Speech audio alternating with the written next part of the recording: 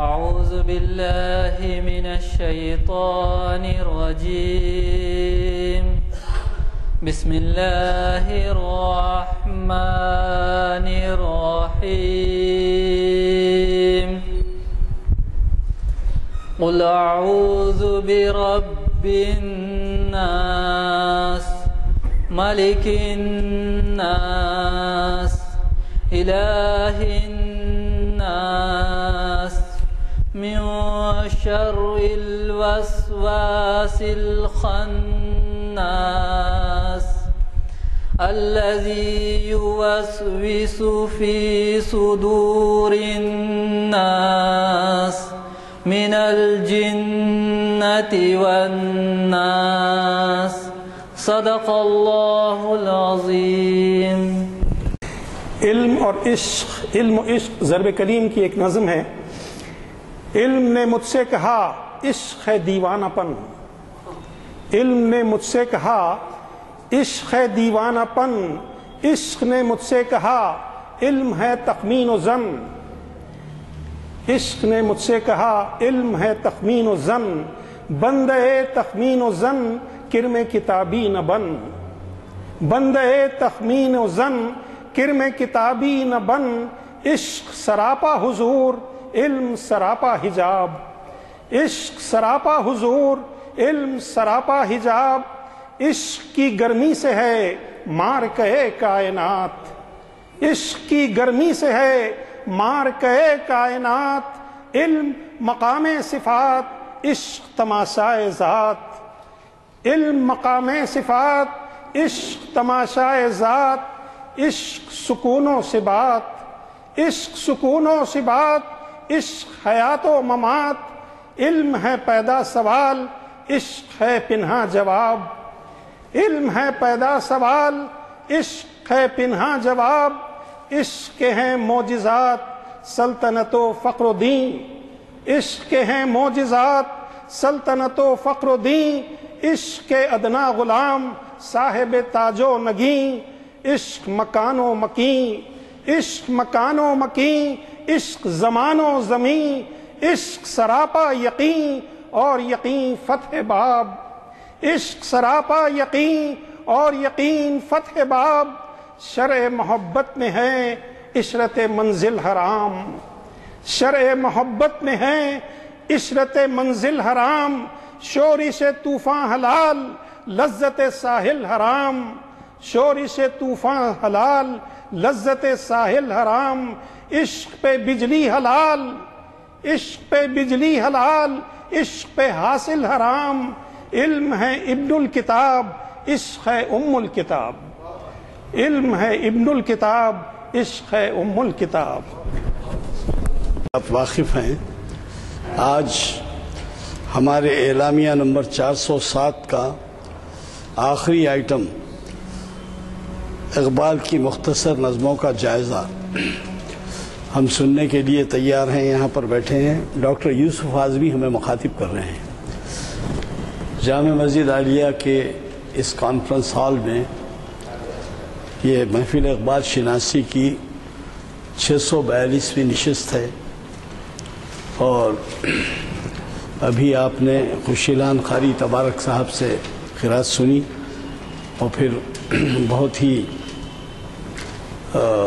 دلچسپ نظم، یعنی اقبال دو چیزوں کے لیے جانے جاتے ہیں، ایک تو فلسفہ خودی اور دوسرے عشق کی جو اہمیت انہوں نے دی ہے، گویا دریا کو کوزے میں بند کر دیا ہے، جو اس ابھی حال میں ابھی آپ نے جو کلام سنا ان کا۔ بہرحال خوشی کی بات ہے ہمارے سید معین الدین صاحب، معین الدین حسینی صاحب نے موقع محل کے اعتبار سے ایسی نظم سے ہمیں استفادے کا موقع دیا، اور جیسے کہ میں نے کہا محفل اقبال شناسی کی 642ویں نشست ہے۔ میں زیادہ وقت لیے بغیر، کیونکہ اقبال کی مختصر نظمیں کچھ کم نہیں ہیں، کافی نظمیں مختصر ہیں، تو اس وجہ سے ڈاکٹر یوسف اعظمی صاحب آج کے مقرر کو میں دعوت خطاب دیتا ہوں۔ یہ محفل 23 نومبر چہارشنبہ بعد نماز اثر منعقد ہو رہی ہے اور خادم محفل غلام یزدانی آپ سے مخاطب ہے. ڈاکٹر صاحب تشریف لائیں اور ہمیں مخاطب کریں.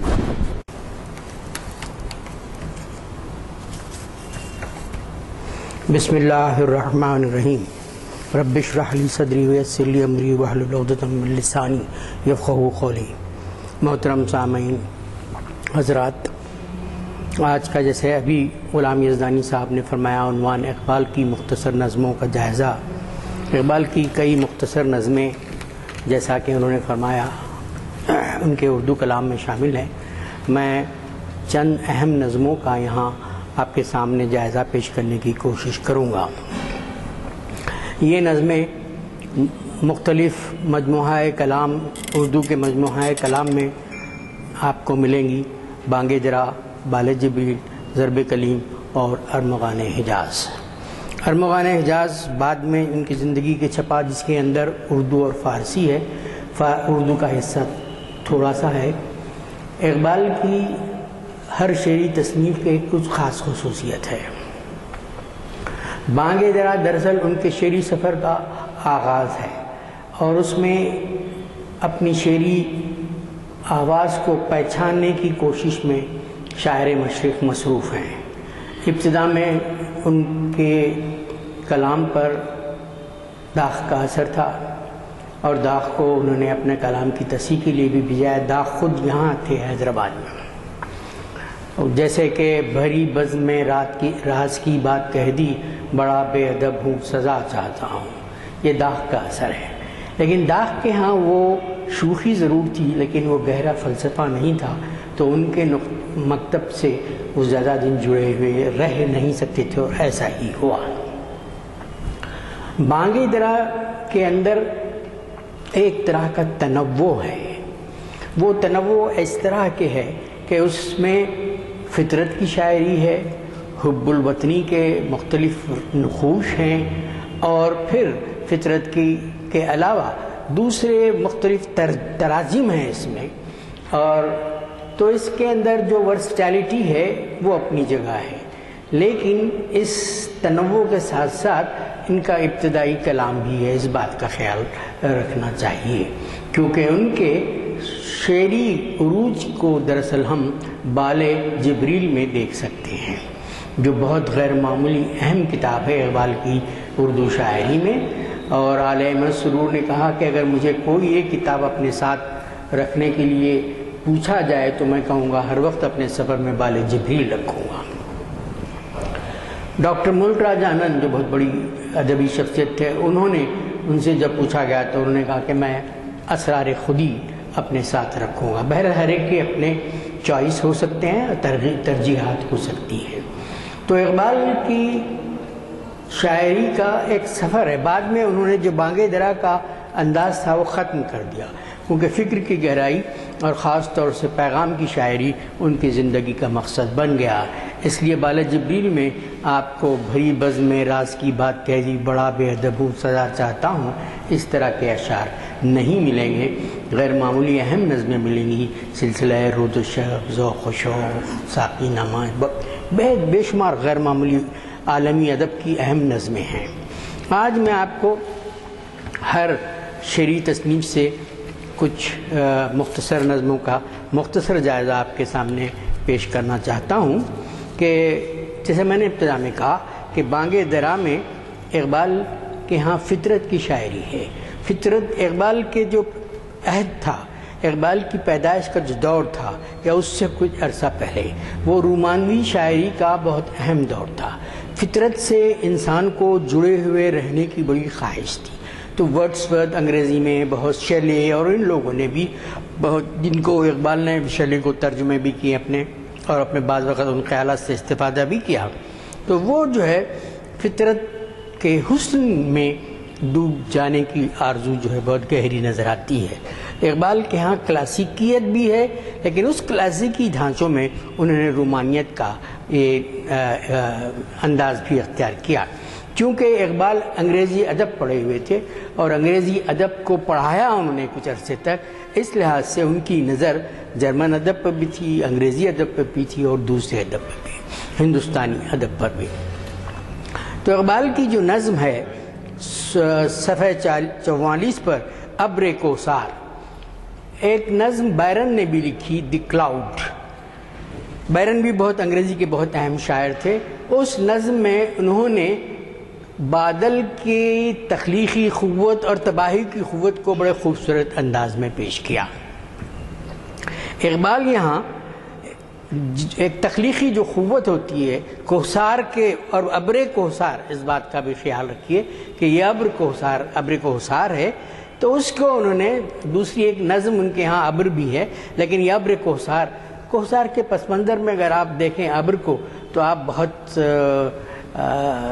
نشاط محسوس کریں گے۔ میں نے کشمیر میں دیکھا کہ ابر جو ہے ہمالیہ کی ان سلسلوں میں جو ہے تو ایک عجیب سی کیفیت، اور شاید مجھے یہ احساس ہوا کہ اقبال نے انہیں دیکھ کر لکھا ہوگا، اے ہمالیہ اے فصیل کشور ہندوستان، چومتا ہے تیری پیشانی کو جھک کر آسماں۔ یہ پوری کیفیتیں آپ کو فطرت کی تو ہر جگہ پھیلی ہوئی ہے، ہر جگہ کا حسن الگ ہے، حسن کی کیفیتیں الگ ہیں۔ تو اقبال نے اس نظم ابر کوثر میں شروع نظم اس طرح سے ہوتی ہے کہ ہے بلندی سے فلک بوس نشیمن میرا، یہ زبان خود ابر کی ہے، بادل اپنی تجسیم کر رہا ہے، بادل کہہ رہا ہے کہ اس کا گھر ہے کوثر۔ ابر کوثر ہوں گلپاش ہے دامن میرا، کبھی صحرا کبھی گلزار ہے مسکن میرا، شہر و ویرانہ میرا بحر میرا بن میرا، کسی وادی میں جو منظور ہو سونا مجھ کو، سبزے کو ہے مخمل کا بچھونا مجھ کو۔ اور پھر اس کے بعد کہتے ہیں کہ چشمہ کوہ کو دی شور سے خلزم میں نے، اور پرندوں کو کیا محو ترنم میں نے۔ آپ وہ لمحے دیکھیے، یاد کریے اپنی زندگی میں، ہزاروں بار آئے ہوں گے کہ جب بارش ہوتی ہے، بادل ہوتے تو کس طرح ترنم یعنی پرندوں کے چہچہے فطرت کی دامن میں سنائی دیتے ہیں۔ سر پہ سبزے کے کھڑے ہو کے کہا خم میں نے، غنچہ گل کو دیا ذوق تبسم میں نے، فیض سے میرے نمونے ہیں شبستانوں کو، جھوپڑے دامنے کوثر میں دہخانوں کے۔ اس طرح اقبال نے ایک آج کی دنیا میں ہو یہ رہا ہے، جیسے ایک شاعر نے کہا کہ the world is too much with us، انسان کو فطرت کی طرف دیکھنے کی صلاحیت بھی نہیں ہے، دیکھنا چاہتا بھی نہیں۔ The world is too much with us, we do not have time to stand and stare, we do not have time to stand and stare۔ اب یہ میکینیکل دنیا، post mechanical world, post third world, مطلب یہ کہ post third industrial world, تو اس میں یہ جو بات میں نے رومانی دور کے جو ہے عہد کی تھی، جس کی ایک نمائندہ نظم یہ ہے کہ ابر کوثر، ابر جب آتا ہے، ابر کوثر کی جو کیفیت ہوتی ہے، اس کا گھر، اس کے علاقے، پرندوں پر اس کا اثر، پورے انوائرمنٹ پہ جو اثر ہوتا ہے، اقبال نے اپنی شاعری میں لکھا۔ اقبال کی ایک اہم نظم ہے جس کو کلیم الدین احمد صاحب نے بھی اہم نظم قرار دیا۔ جب میں نے کہا کہ کلیم الدین احمد صاحب کیوں، کلیم الدین احمد صاحب بڑی سنسنی خیزیت پیدا کرتے رہے ہیں اردو شاعری میں۔ پہلے انہوں نے کہا، بہت پڑھے لکھے آدمی تھے اور برطانیہ کے بہت بڑے نقاد FR لیویس کے شاگرد تھے، اور انہوں نے فروغ اردو سے کئی 6-7 جلدوں میں اردو کی ڈکشنری، بہت اہم ڈکشنری ترتیب دی، لیکن کچھ کہیں سنسنی خیزیت کے بھی شکار رہے، تو انہوں نے کہا کہ اردو غزل نیم وحشی صنف ہے۔ اب آپ جو ہے اس طرح کی باتیں کرتے ہیں، بس انگریزی کے کچھ لاجیکل ڈیولپمنٹ کو نظر رکھ کے۔ پھر ایک بار کہا کہ اردو میں تنقید محبوب کی کمر کی طرح ہے جو کبھی کبھی نظر آتی ہے۔ تو اب انہوں نے ایک کتاب لکھی اقبال ایک مطالعہ، اب ان کا انداز دیکھیں جو غیر تنقیدی ہے، قابل آدمی میں اس سے انکار نہیں کر رہا ہوں، لیکن ان کے انداز بڑے عجیب سے ہیں۔ انہوں نے یہ نظم لکھی اقبال نے، کیا نظم ہے؟ ڈانٹے نے یہ لکھا، اقبال لکھ سکتے ہیں ایسے؟ نہیں، اقبال نہیں لکھ سکتے۔ پھر انہوں نے ایک نظم لکھا کہ جو ہے اقبال کے جو ہے شاہین، کیا ہے شاہین؟ دیکھیے دوسرے جو ہاپکنس نے جو نظم لکھی ونڈو، اور اس طرح کی بہت سی چیزیں ایک طرح کے میں اسے بکواس کرتا ہوں، چاہے کتنی ہی جو ہے تنقیدی ان کی نظر کو جو ہے لوگوں کے میں دسترس رہی ہو، کیونکہ جب آپ تنقید کرتے ہیں تو معروضی انداز اختیار کرنا پڑتا ہے، آپ کو تقابل دینا پڑتا ہے کہ اس میں یہ ہے، اس میں یہ کم، آپ یہ نہیں بول سکتے کہ آپ ایسا لیکچر دے سکتے کیا، آپ ایسی تنقید کر سکتے کیا؟ تو انہوں نے بھی اس نظم کو بہت کی ستائش کی ہے۔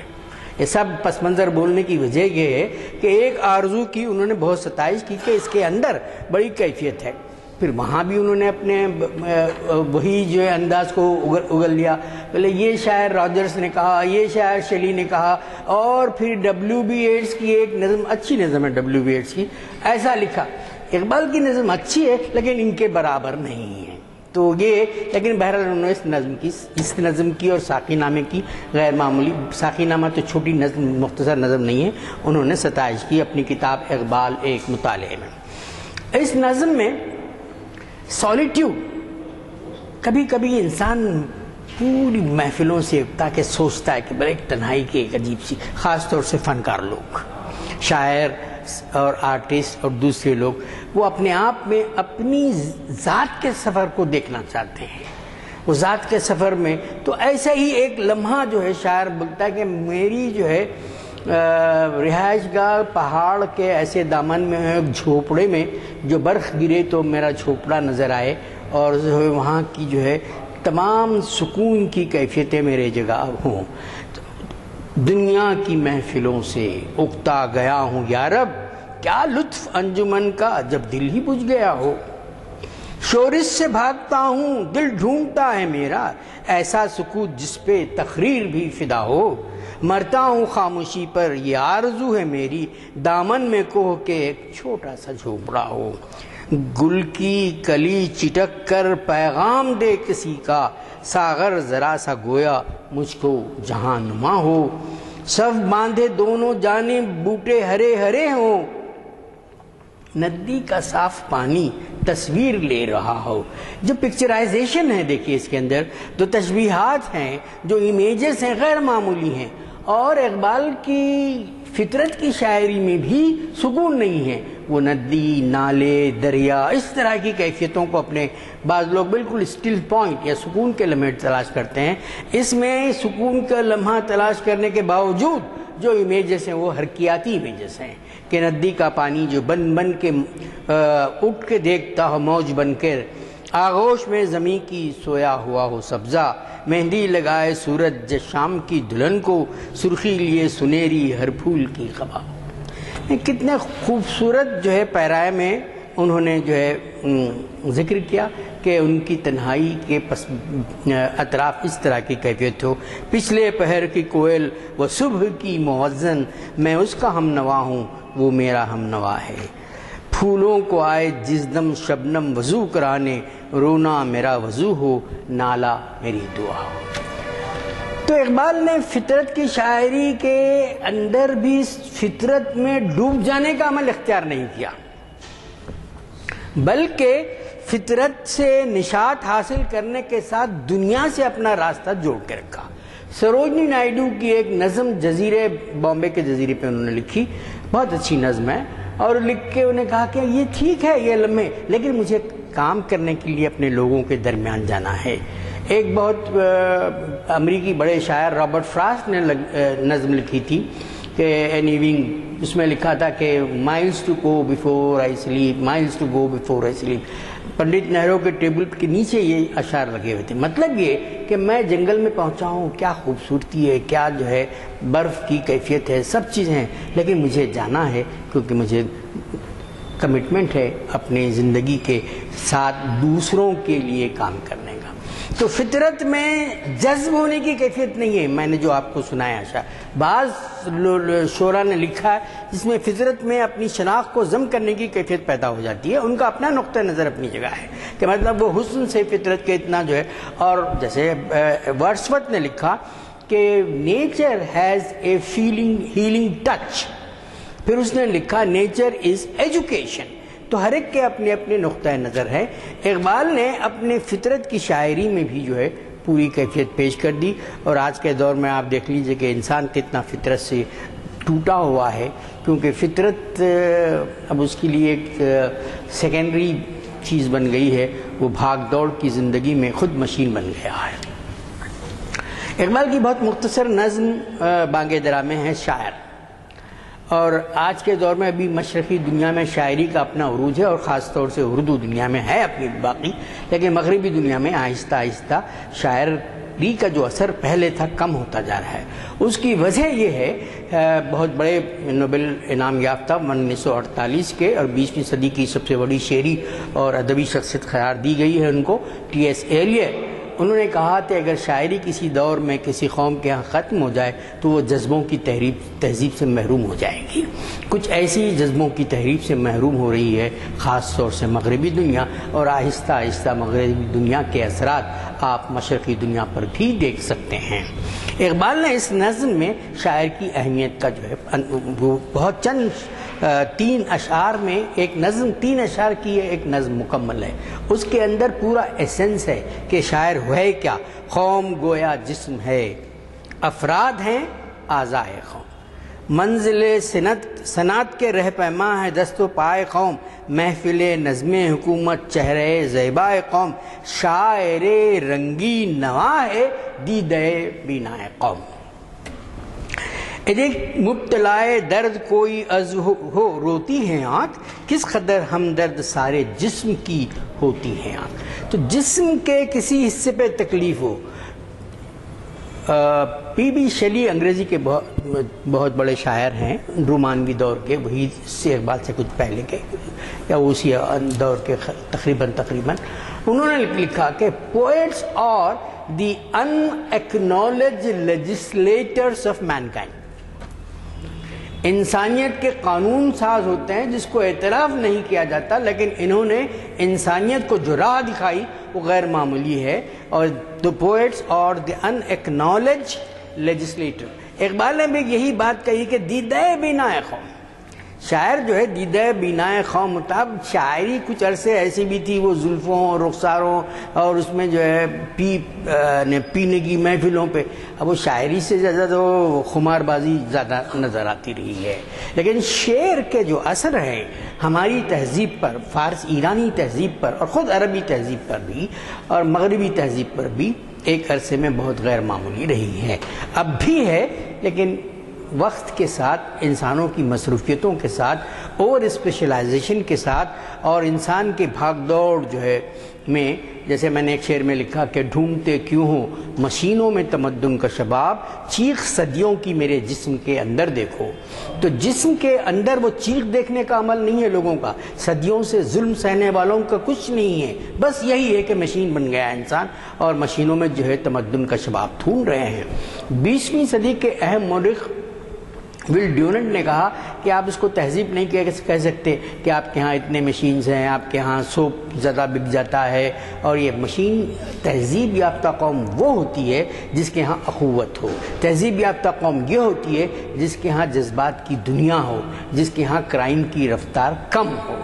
تو اس نے 20ویں صدی کا بہت بڑا، ٹائنبی کے بعد کچھ لوگ اس کو بڑا مورخ کہتے ہیں 20ویں صدی کا، تو اس نے یہ بات کہی۔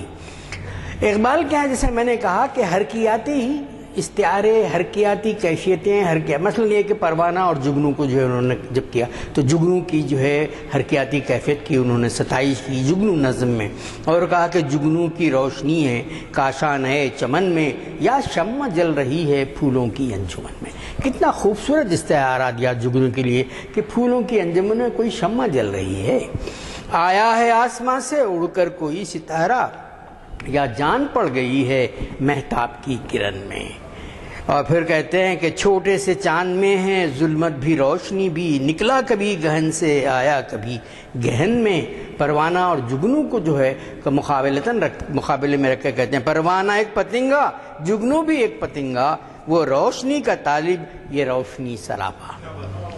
تو اس طرح سے اقبال کے ہاں آپ دیکھے ہیں کہ جو ہے نظم اختتام پر پہنچتی ہے تو حسن ازل کی پیدا ہر چیز میں جھلک ہے، انسان میں وہ سخن ہے غنچے میں وہ چٹک ہے، یہ چاند آسماں کا شاعر کا دل ہے گویا، وہاں چاندنی ہے جو کچھ یہاں درد کی کسک ہے۔ انداز گفتگو نے دھوکے دیے ہیں، ورنہ نغمہ ہے بوئے بلبل، بو پھول کی مہک ہے، چہک ہے، کثرت میں ہو گیا ہے وحدت کا راز مخفی، جگنوں میں جو چمک ہے وہ پھول میں مہک ہے، یہ اختلاف پھر کیوں ہنگاموں کا محل ہو، ہر شے میں جب کہ پنہاں خاموش یہ ازل ہو۔ اقبال یہ کہتے ہیں کہ جب کائنات میں انسانوں کے علاوہ دوسری چیزوں میں بہت سی چیزیں ہیں اشتراک، اس انداز کو بعض خاص طور سے پروفیسر وحید الدین سلیم نے کہا کہ وحدت الوجود کا انداز ان کے ابتدائی کلام میں رہا ہے، لیکن اگر کہیں جھلک آپ کو ملتی ہے تو ہوگا، لیکن بعد میں اقبال نے کیونکہ بہت بڑے مسائل ہماری فقہی اور جو ہے اسلامی تاریخ میں گزرے کہ وحدت الوجود، وحدت الشہود، اس طرح کی، بہرحال تو ان کے بہت ہی اہم شاعر جو ان کے پاس زیادہ رہے تھے، انہوں نے اس انداز کی شاعری کو اقبال پر ابتدائی اثرات جو ہے وہ کون سے کہتے ہیں کہ وحدت الوجود کے محسوس کرتے ہیں۔ اقبال جرمنی میں رہے ہیں اور اقبال کے جرمنی میں رہنے کے ساتھ ایک طرح کا آئیڈینٹیفیکیشن ہو گیا تھا ان کو جرمنی سے۔ انہوں نے آنے کے بعد اپنی لکھا کہ مجھے ایسا لگتا ہے کہ میں ایک سپیرا ہوں، بس سب جبین بجاتے ہوئے چلے جاؤں، میں بہت ہی عجیب سی ہوتا ہے۔ ایک ماحول میں آپ کافی عرصہ رہنے کے بعد، چاہے وہ آپ کا ہی وطن کیوں نہ ہو، ڈس اورینٹیشن کی کیفیت پیدا ہوتی ہے۔ میں نے کئی لوگوں کو سنا اور میں بھی کچھ حد تک اس سے متاثر رہا ہوں۔ امریکہ میں ایک عرصہ رہنے کے بعد آ کے دیکھا تو کچھ مہینے لگے مجھے اورینٹیشن کے، ڈس اورینٹیشن کی کیفیت، یا آپ دوسرے سماج میں جاتے ہیں تو کلچرل شاکس، فل برائٹ اور دوسرے لیکچروں کو لیکچر دیے جاتے ہیں کہ کیونکہ پرمیسو سماج ہے امریکہ کا کہ آپ اس سے کلچرل شاک، تو مختلف تہذیبوں کو، یہ انسانوں پہ ہی نہیں، جانوروں پہ ہی نہیں، بلکہ جو بوس کے تجربات کی روشنی میں بڑے بڑے درخت بھی اپنے مقام سے ہٹنے کے بعد ایک تنہائی کا احساس ان میں پیدا ہوتا ہے، ڈس اورینٹیشن کی کیفیت پیدا ہوتی ہے۔ یہ نظم جو ہے ہائیڈلبرگ کے کنارے، ہائیڈلبرگ کی لائبریری بہت دنیا میں اس زمانے سے ہی بہت مشہور ہے، لاکھوں کتابیں ہیں، لیکن یہاں جو ہے وہ شام میں دریا کے کنارے شاعر مصروف ہے اور کہتا ہے کہ چاند خاموش ہے چاندنی قمر کی، شاخیں ہیں خاموش ہر شجر کی، فطرت بے ہوش ہو گئی ہے آغوش میں شب کے سو گئی ہے، تاروں کا خاموش کارواں ہے یہ قافلہ بے دراں رواں ہے، خاموش ہے کوہ دشت و دریا قدرت ہے مراقبے میں گویا۔ تو اقبال نے قدرت کو بھی انٹروسپیکشن کے عمل میں یہاں بتایا کہ یہ خاموشی کیوں ہے۔ آپ جب مراقبہ کرتے ہیں جیسے بھی آپ کو جو ہے، یا اگر آپ سیکولر انداز میں بولے کوئی انٹیوشنری چیز پہ آپ انٹیوشن کے ساتھ کوئی لمحے آپ جو ہے خاموش گزارتے ہیں تو ایک کیفیت ہی الگ ہو جاتی ہے۔ تو یہ خاموشی کی جو کیفیت ہے، ظاہر ہے کہ اس وقت کوئی چیز آپ بولتے نہیں ہیں، اپنے آپ سے ہی سے بات ہوتی ہے ذات کے اندرونی سفر میں۔ تو اقبال نے قدرت کو بھی ایک مراقبے میں کی ایک نئی ترکیب دے دی کہ اتنا خاموش مقام ہے اور ساری جو۔ ایک اور نظم ہے جو جس کے اندر جو ہے اقبال کی غیر معمولی درد مندی کی کیفیت ہے، وہ ہے دعا، یا یہ بھی مختصر نظم ہے۔ یا رب دل مسلم کو وہ زندہ تمنا دے، تمنا کو زندہ کہاں ہے، بہت خاص ترکیب ہے، دیکھیے کہ یا رب دل مسلم کو وہ زندہ تمنا دے جو قلب کو گرما دے، جو روح کو تڑپا دے، بھٹکے ہوئے آہو کو پھر سوئے حرم لے چل، اس شہر کے خوگر کو پھر وسعت صحرا دے، بے لوث محبت ہو بے باک صداقت ہو، سینوں میں اجالا کر دل صورت مینا دے، احساس عنایت کر آثار مصیبت کا، امروز کی شورش میں اندیشہ فردا دے۔ اقبال کی اس نظم میں حال، مستقبل، ماضی، طلب، زندہ تمنا اور جو آرزو ہونی چاہیے کہ مسلمانوں کے اس وقت کا پس منظر الگ ہے، آج کا بھی الگ ہے، لیکن یہ نظم آج بھی معنویت رکھتی ہے کیونکہ طلب تو آج بھی ہے اس وقت کی تڑپ میں کچھ علاقوں تک محدود تھی، آج تو مسلمانوں کی تڑپ تو اتنی زیادہ ہے کہ وہ کہیں کوثار ریزہ ریزہ ہیں، کہیں فرات میں خون بہہ رہا ہے، اور کہیں جو ہے عرب اسپرنگ کے نام پر، میں یہ نہیں کہہ رہا ہوں کہ یہ لوگ عرب دنیا کے جو لوگ بہت اچھے قائد تھے، بہت ظالم آمرانہ تھے، لیکن جس انداز سے ان علاقوں کو اپنے غازبانہ قبضے میں آمریت اور مغرب کی مکاری کر رہی ہے، وہ ہمارے سامنے ہے۔ تو یا رب دل مسلم کو وہ زندہ تڑپ دے، یہ بات زندہ تمنا دے، اور زندہ تمنا کی یہ پوری کیفیت آج بھی ہمارے ہاں ہونی چاہیے، اور کہ اس کے بغیر کوئی ہر دعا کیا ہوتی ہے؟ انسان کی اپنی آرزو کا ایک اظہار خدا کے پاس، یا ایک انسان کی نہیں ہے، قوم کی آرزو کا۔ قرآن نے یہ بتا دیا کہ جب تک انسان کے اندر آرزو نہ ہو، ایک انسان نہیں پوری قوموں کا بھی ذکر آ گیا، تو انڈیویجول لیول پر بھی اور کلیکٹیو لیول پر بھی یہ چیزیں ہیں کہ جس کو حالی نے شعر میں ڈال دیا کہ خدا نے آج تک اس قوم کی حالت نہیں بدلی، نہ ہو جس کو خیال آپ اپنی حالت کی بدلنے کا۔ یہ اب ایک چھوٹا سا ملک اتنا برطانیہ کیسے جو ہے پوری دنیا کے بڑے حصے، ظاہر ہے ان کی ڈائنمکس کو دیکھیے ہے، ان کی چیزوں کو دیکھیے، وہ ان کے عقائد کو دوسری طرف رکھیے، لیکن جو ڈائنمکس انہوں نے اپنے آپ کی ترقی کے لیے کی تھی وہ غیر معمولی ہے۔ اس کے بعد ایک اور دعا ہے تاریخ کی دعا، اور آپ جانتے ہیں اندلس کی پوری کیفیت، تاریخ کس طرح سے، اور تاریخ نے جو ہے ان لوگوں کو کشتیاں جلا کے کہا کہ اب یہی ہمیں بسنا ہے، بڑی نفسیاتی بات ہے۔ تو وہ اس کو جو ہے تاریخ کی دعا، اور کہاں ہے یہ دعا؟ اندلس کے میدان جنگ میں۔ یہ غازی یہ تیرے پراسرار بندے جنہیں تو نے بخشا ہے ذوق خدائی، دو نیم ان کی ٹھوکر سے صحرا وہ دریا، سمٹ کر پہاڑ ان کی ہیبت سے رائی۔ اور اب جو ہے جو اصل بات اس کے اندر کہہ رہے ہیں تاریخ کی زبان سے کہ شہادت ہے مطلوب وہ مقصود مومن، نہ مال غنیمت نہ کشور کشائی۔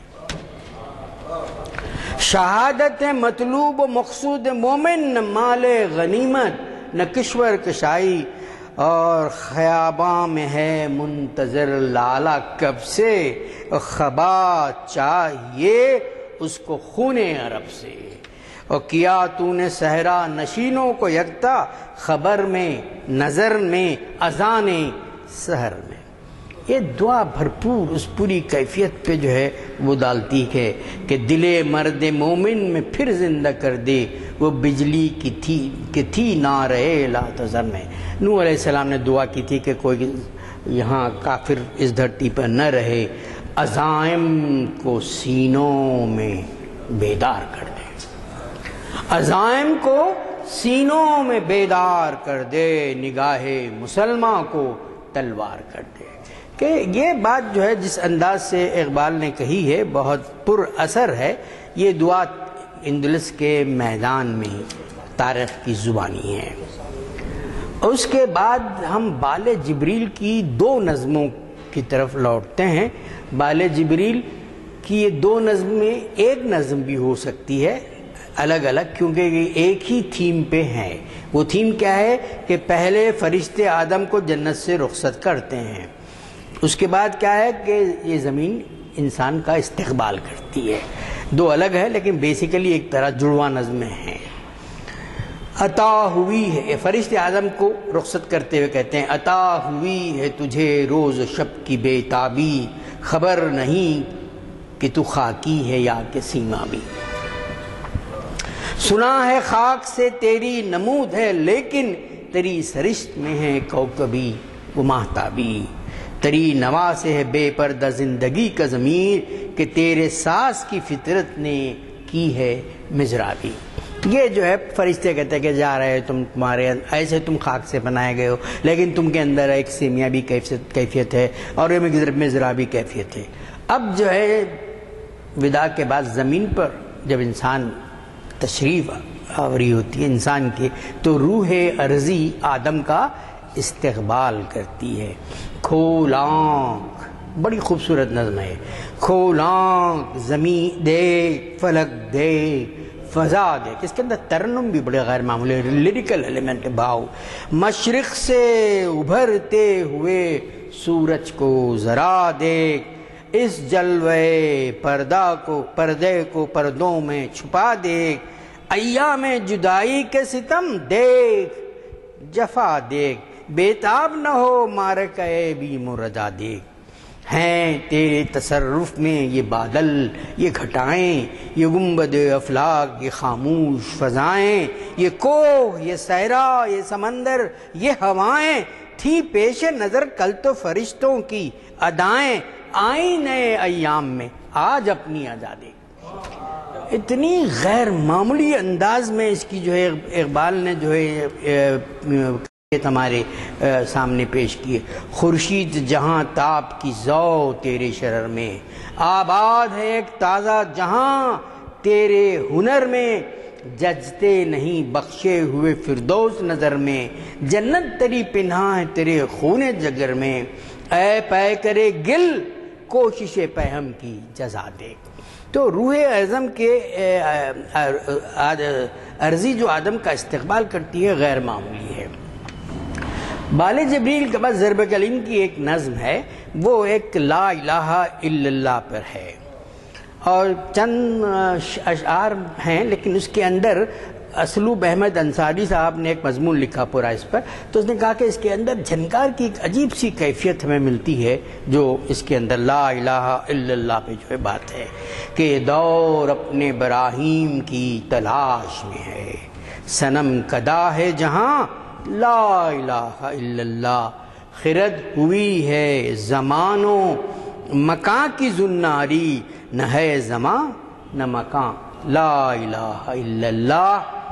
یہ نغمہ مطلب لا الہ الا اللہ ہر عہد کے لیے ہے، کوئی موسم کے لیے، کسی کوئی جو ہے کوئی چیز ہوتی ہے ایک خاص وقت کے لیے ہوتی ہے، اس کے بعد اس کا اثر مثلا جہد آزادی تھی وہ ایک خاص دور، پھر اس کے بعد اس کی جہد آزادی پہ لکھی گئی نظمیں اس انداز کی ہنگامی نظمیں بھی بعد میں اس کی اہمیت نہیں رہتی، لیکن یہ جو نغمہ ہے یہ نغمہ فصل گلو لالا کا نہیں پابند، بہار ہو کے خزاں لا الہ الا اللہ، بہار ہو کے خزاں لا الہ الا اللہ۔ اور شاعر کہتا ہے کہ اگرچہ بت ہیں جماعت کی آستینوں میں اور مجھے ہے حکم ازاں لا الہ الا اللہ۔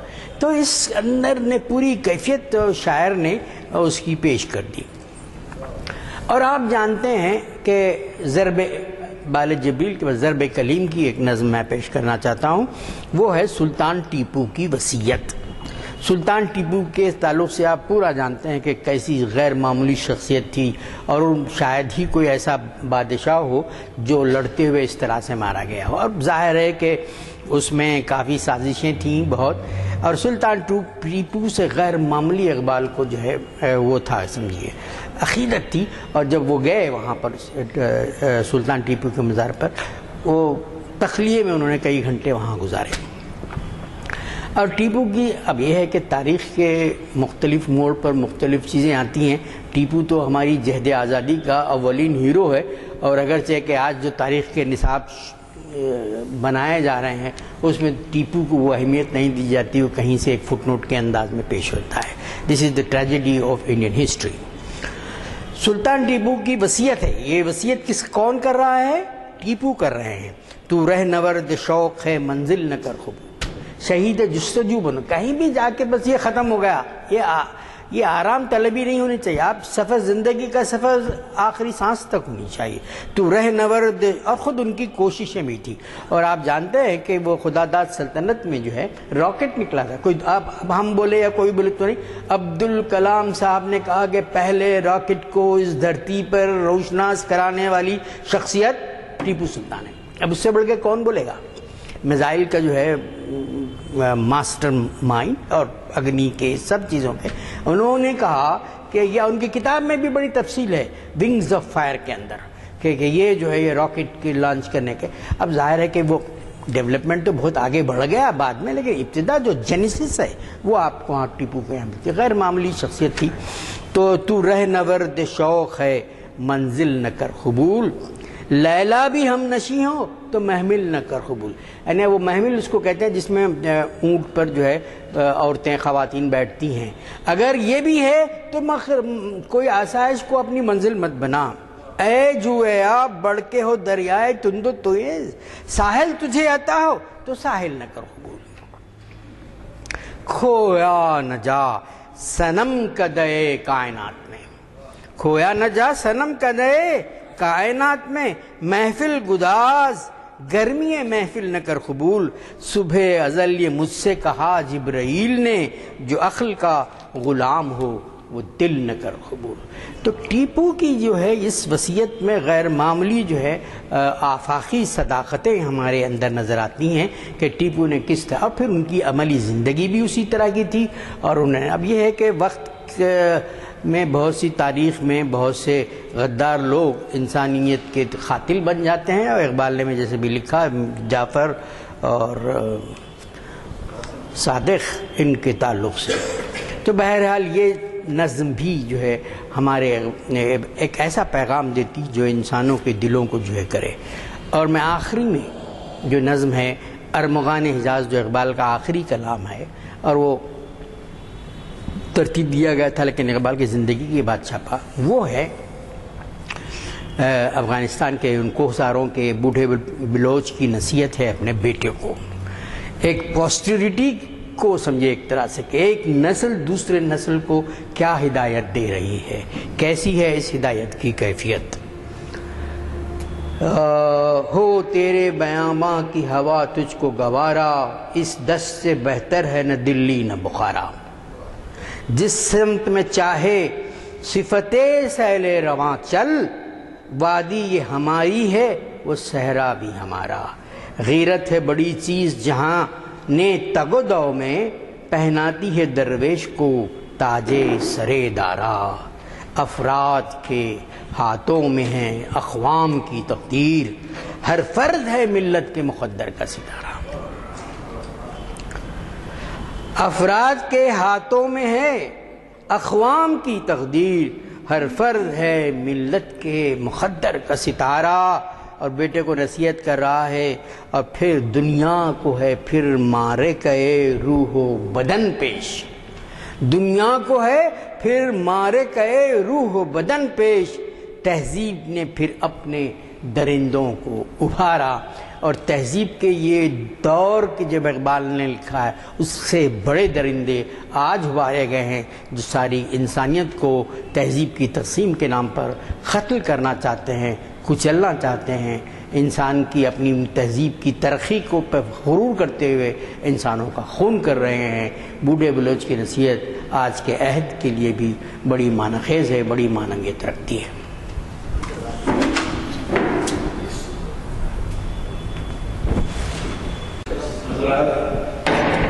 ہمارے بزرگ سامنے ایسے سامعین ہمارے کئی ہیں. ایک بزرگ صاحب ہیں جن کا نام ابراہیم سیائی ہے اور ایک بڑا مقام رکھتے ہیں اپنی کمیونٹی. انہوں نے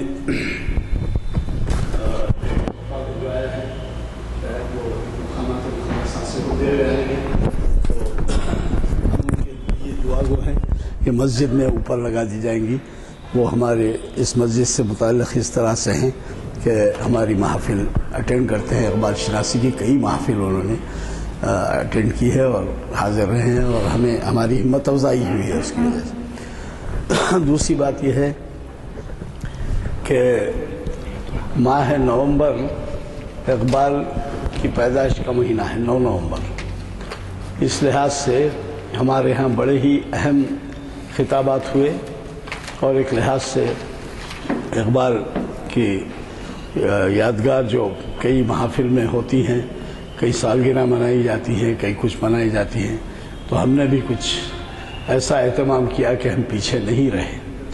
میں آج کے خطاب کے بارے میں مزید کچھ نہیں کہوں گا، کیونکہ آپ نے خود اندازہ لگایا کہ ہمارے آج کے مقرر نے اس عنوان سے کس قدر انصاف کیا ہے. اور اب جو ہے محفل کی برخاستگی اور ان کی دعا سے قبل یعنی ہمارے مخرج صاحب کی دعا سے قبل آپ کو ایک بات بتا دوں کہ ہماری اگلی جو محفل ہے وہ اگلی محافل جو ہے اس کا نمبر ہے اعلامیہ نمبر 407 اور مجھے اندازہ ہے کہ آپ کو یہ مل چکا ہے 408 ہے اور جن اصحاب کو بھی نہیں ملا ہے وہ لیتے جائیں. اس کے مطابق کل یعنی جمعہ کے دن حافظ محمد رشاد الدین صاحب کا وعظ ہوگا بعد جمعہ پرسوں اور پھر بہت ہی اہم خطاب ان کا ہے تاریخ اسلام کی 529ویں نشست میں سیرت حضرت عمر فاروق رضی اللہ تعالیٰ عنہ تاریخی واقعات کی روشنی میں. پھر اس کے بعد ہے درس قرآن پاک ترجمہ و تفسیر اتوار کے دن سورۃ مائدہ کی آیات جناب محمد رفیع الدین صاحب کا آواز ہوگا. پھر جو ہے غزل میں استعمال ہوتا ہے نظم میں نہیں. جو شعراء اپنا تخلص استعمال کرتے ہیں آخری مقطع مطلع میں نہیں کہیں نہیں لیکن آہستہ آہستہ. اقبال نے جو بات بہت پہلے کی تھی اب بہت کم لوگ غزل میں کبھی استعمال کرتے ہیں کبھی نہیں. اب لازمی نہیں رہا. اب مخدوم اپنے ہی شاعر کے دیکھ لیجیے کئی غزلوں میں ان کے مقطع نہیں ہیں بہت کم جگہ مقطع ہیں. تو مقطع یعنی کہ ناگزیر نہیں ہے شاعر غزل کا ایک زمانے میں سمجھا جاتا تھا کہ وہ ایک ناگزیر ہے تو تاکہ اس کی شناخت ہو یہ غزل کس کی ہے کیا ہے. لیکن آج حالات انفارمیشن ٹیکنالوجی یہ وہ کتابوں کی اشاعت اتنی بڑھ گئی ہے تو بہت سی چیزیں. ایک زمانے میں 7 شعر رہنا ضروری قرار دیا جاتا تھا پھر اس کے بعد 5 ہو گیا اس کے بعد اب 4 شعر پہ بھی لوگ غزل.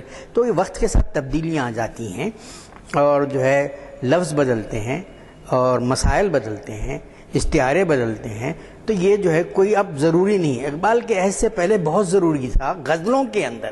تو اقبال کے ہاں ایک اور مسئلہ کیا ہے کہ کبھی انہوں نے غزل لکھی غزل لکھ کے انہوں نے محسوس کیا اس غزل کے اندر پورا تسلسل ہے یہ تو اپنی جگہ نظم ہے. انہوں نے 1-2 شعر مقطع وغیرہ کے کاٹ دیے نظم کا عنوان دے دیا. تو اقبال کے ہاں جو تخلیقی پروسیس ہے جو تخلیقی عمل ہے بڑے منفرد انداز کا ہے.